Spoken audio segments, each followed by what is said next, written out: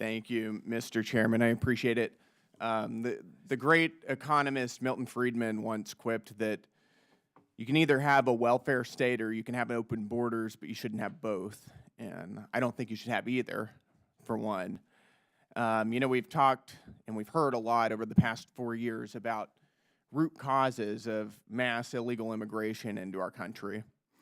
And I'd like to perhaps suggest a few of them, and they're coming from the other side of the aisle, and that we are creating a welfare state that incentivizes mass migration into our country from every country on the globe that is poorer than we are. My colleagues on the other side of the aisle like to say that illegal aliens can't get welfare. I think that is verifiably not true.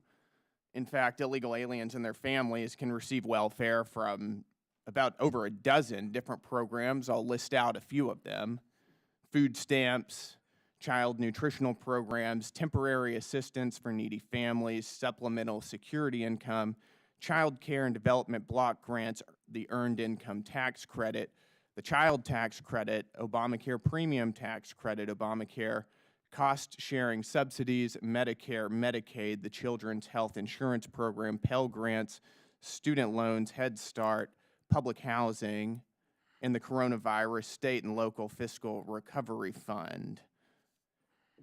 Whenever we think about how much money we're giving to illegal aliens, the numbers really are absolutely staggering. And I can give you just a few of them.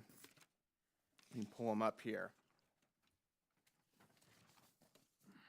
We spend on illegal aliens and their families over $3 billion in primary and secondary education, $580 million on limited English proficiency programs, $239 million for migrant schooling, $2.8 billion for Head Start programs, over $8 billion in uncompensated hospital expenditures, over nearly $1.6 billion for Medicaid births, almost $8 billion a year on Medicaid fraud, $5.4 billion for Medicaid for U.S.-born children of illegal aliens.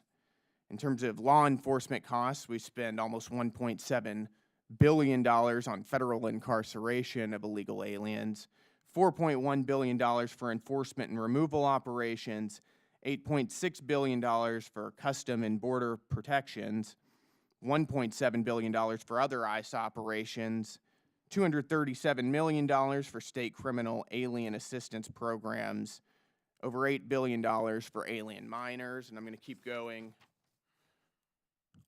$191 million for DoD National Guard deployment. If we look at just at welfare, we spend over $1.5 billion for meals in schools for illegal aliens and their children, $5.8 billion for SNAP, just under $1 billion for WIC, $1.4 billion for TANF programs, $991 million for Child Care and Development Fund, $334 million for public housing, $600 million for supplemental security income.